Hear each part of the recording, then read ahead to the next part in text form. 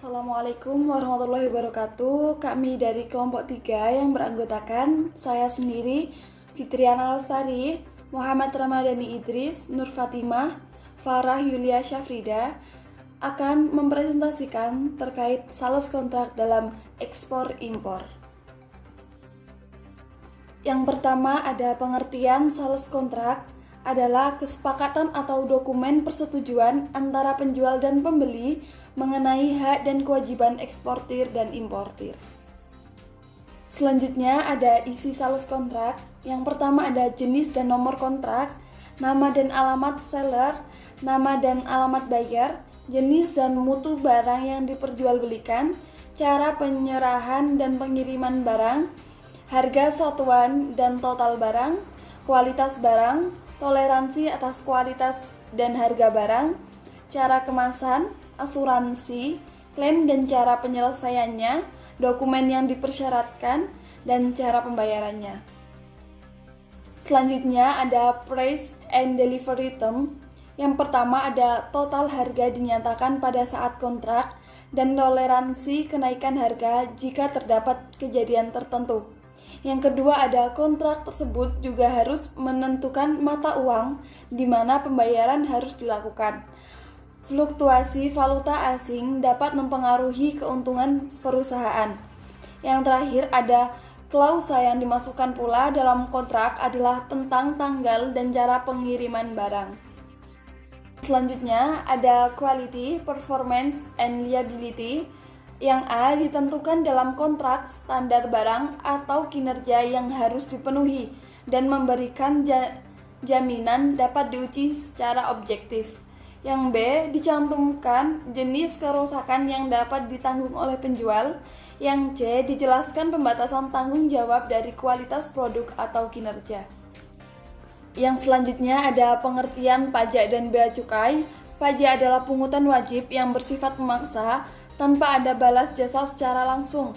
Sementara itu, bea dan cukai merupakan pungutan resmi yang sifatnya disesuaikan dengan kebijakan. Terima kasih. Untuk selanjutnya akan dijelaskan oleh teman saya. Oke, saya Nur Fatimah akan melanjutkan presentasi sebelumnya. Ada lembaga pemungutan pajak dan bea cukai. Kalau pajak itu dibagi menjadi dua, ada pemerintah daerah dan pemerintah pusat. Kemudian untuk bea dan cukai itu tidak dibedakan karena semua tersentralisasi di pemerintah pusat. Oke, selanjutnya ada perhitungan pajak dan bea cukai. Untuk perhitungan pajak, seseorang wajib pajak itu memiliki kewajiban untuk melaporkan penghasilan yang menjadi objek pajak. Kemudian selanjutnya ada jatuh tempo pembayaran. Untuk pajak itu sendiri, jatuh temponya selama 12 bulan berturut-turut atau setiap tahunnya. Kemudian untuk bea dan cukai, untuk bea itu sendiri dilakukan setiap kali terjadi kegiatan mengimpor atau mengekspor barang. Kalau cukai itu didasarkan pada pemakaian saat mengkonsumsi dan memanfaatkan barang sebagai objek cukai. Kemudian selanjutnya ada pengertian saham dan obligasi. Untuk pengertian obligasi itu sendiri, obligasi merupakan surat utang yang diterbitkan oleh pihak yang berutang kepada pihak yang berpiutang. Selanjutnya ada saham. Pengertian saham itu sendiri adalah bentuk kepemilikan suatu perusahaan dan pemilik saham berhak mendapat keuntungan perusahaan atau kerap disebut dengan dividen. Oke, selanjutnya ada jenis obligasi. Itu ada 3, yaitu obligasi korporasi, obligasi pemerintah, dan obligasi daerah.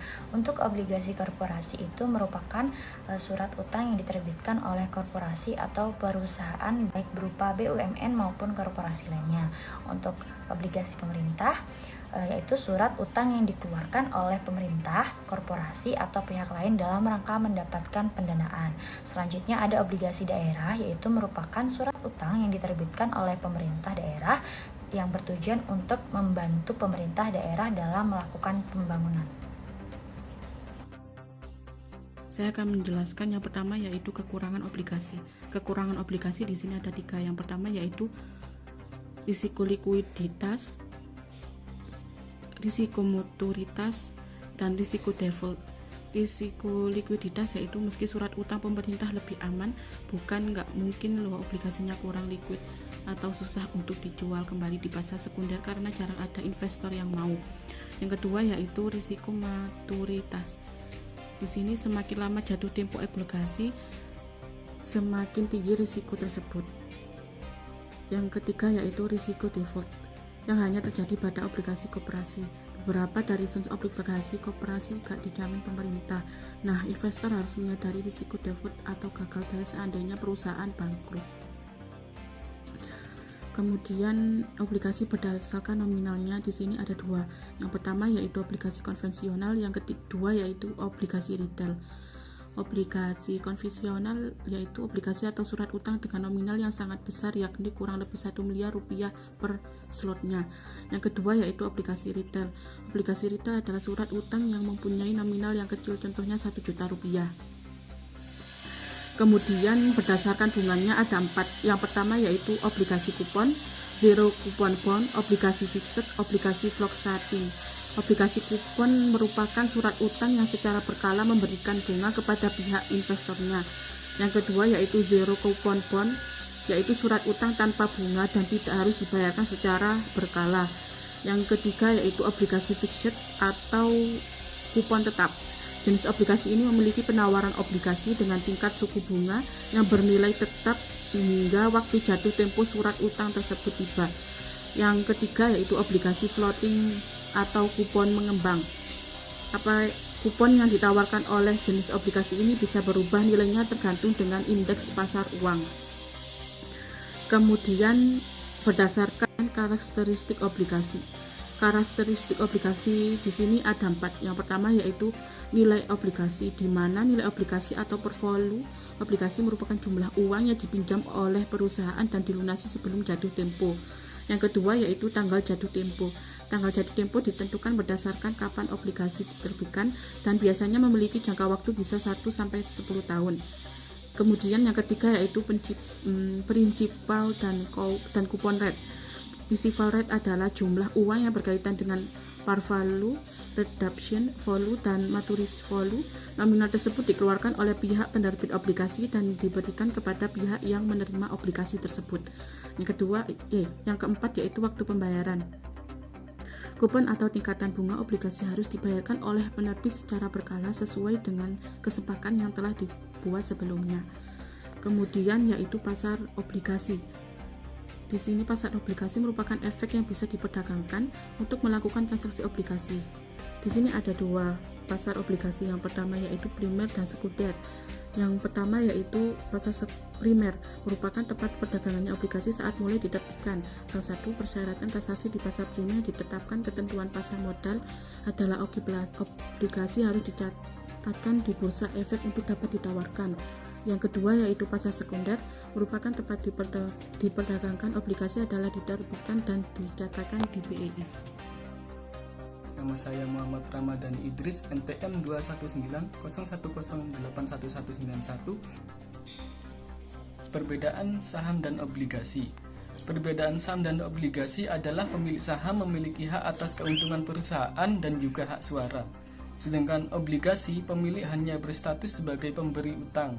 Perusahaan penerbit saham menjual sebagian kepemilikannya kepada pihak lain, sementara perusahaan penerbit obligasi menerbitkan surat utang yang dapat dibeli.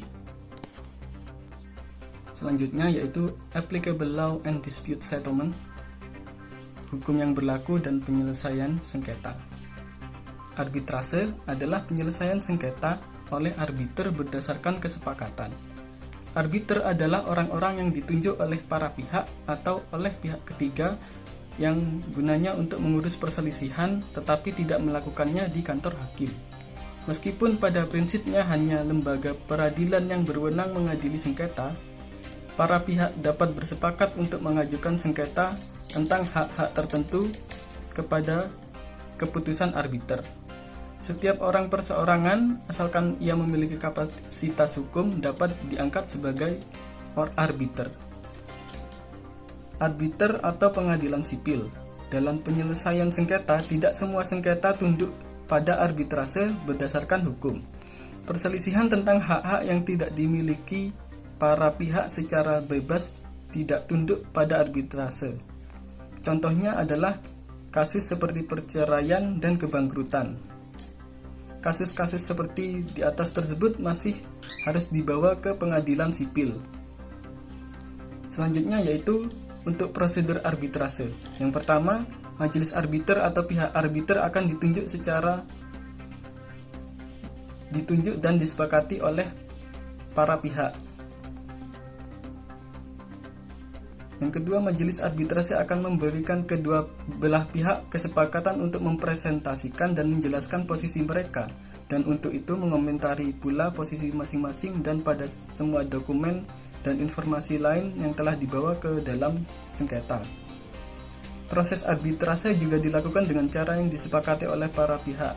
Jika para pihak belum menyetujui, cara proses arbitrase akan dilakukan. Hal ini akan dilakukan dengan cara yang ditentukan oleh majelis arbitrase. Keputusan majelis arbitrase dicatat dalam keputusan arbitrase. Keputusan ini hanya dapat ditegakkan setelah pengadilan sipil memberikan izin untuk melakukannya. Prosedur pemberian izin ini juga cukup sederhana.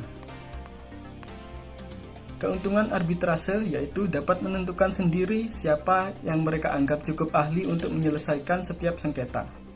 Dan kerugian arbitrase yaitu biaya yang dikeluarkan bergantung dari lamanya proses yang dilakukan. Semakin lama arbitrase dilakukan, maka semakin besar pula biaya yang dikeluarkan. Sekian dari kelompok kami, kurang lebihnya kami mohon maaf. Wassalamualaikum warahmatullahi wabarakatuh.